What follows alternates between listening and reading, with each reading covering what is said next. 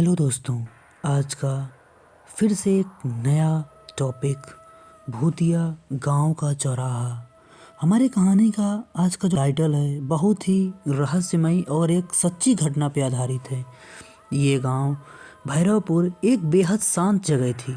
चारों तरफ खेत, पुराने कुएं और जंगलों के बीच बसा ये गांव दिन में जितना खूबसूरत लगता था, रात में उतना ही डरावना था। गांव के बीचों बीच एक पुराना चौराहा था जिसे लोग भूतिया चौराहा कहते थे।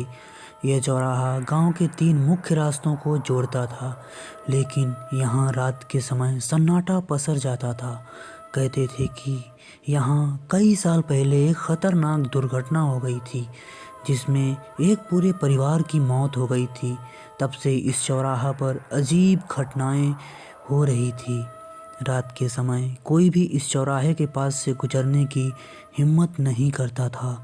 गांव के बुजुर्गों का कहना था कि यहाँ रात को एक महिला सफ़ेद साड़ी में खड़ी रहती है, जो राहगीरों से लिफ्ट मांगती है। जो कोई भी उसकी मदद करता है या करने की कोशिश करता है, वह कभी दोबारा घर लौटकर वापस नहीं जा पाता। रमेश गांव का एक युवक इन कहानियों पर विश्वास नहीं करता था। उसने कई बार अपने दोस्तों के साथ इस बात पर मजाक उड़ाया था। एक दिन रमेश ने ठान लिया कि वह इस भूतिया चौराहे की सच्चाई पता लगाकर रहेगा। रमेश ने अपनी बाइक लेकर आधी रात को चौराहे की ओर निकल पड़ा। चारों तरफ अंधेरा था और गांव में अजीब सी ठंडक थी। चौराहे पर पहुंचकर उसने अपनी बाइक रोकी और इंतज़ार करने लगा।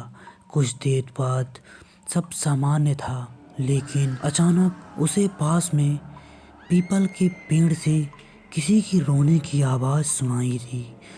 डरते हुए वह उस पेड़ की तरफ बढ़ा। पेड़ के नीचे उसे सफ़ेद साड़ी में एक औरत बैठी दिखी। रमेश ने हिम्मत जुटाकर उससे पूछा, आप कौन हो?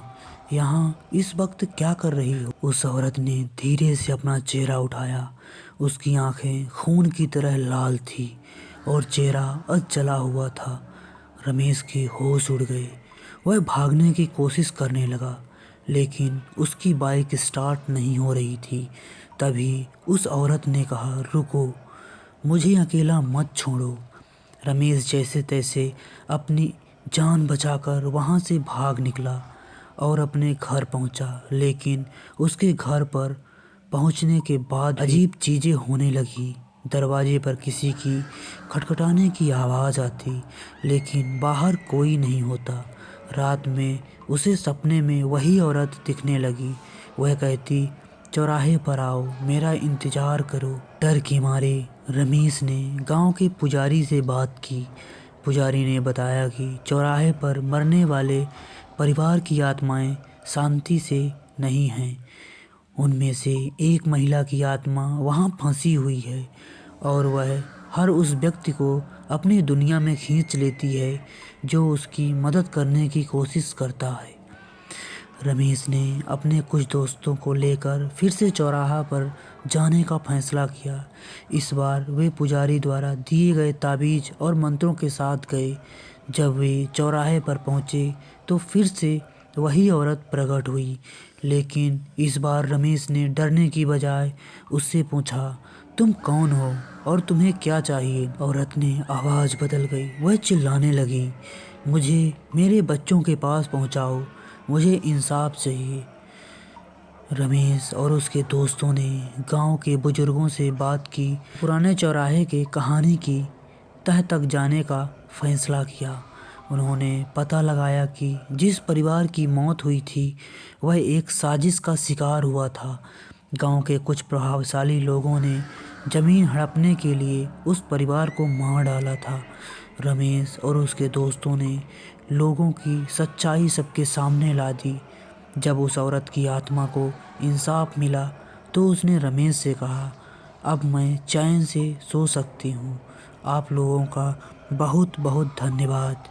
उसके बाद से चौराहा पर कोई अजीब घटना नहीं हुई, लेकिन गांव के लोग आज भी कहते हैं कि रात में वहां से गुजरते समय कोई सफ़ेद साया अब भी नज़र आता है।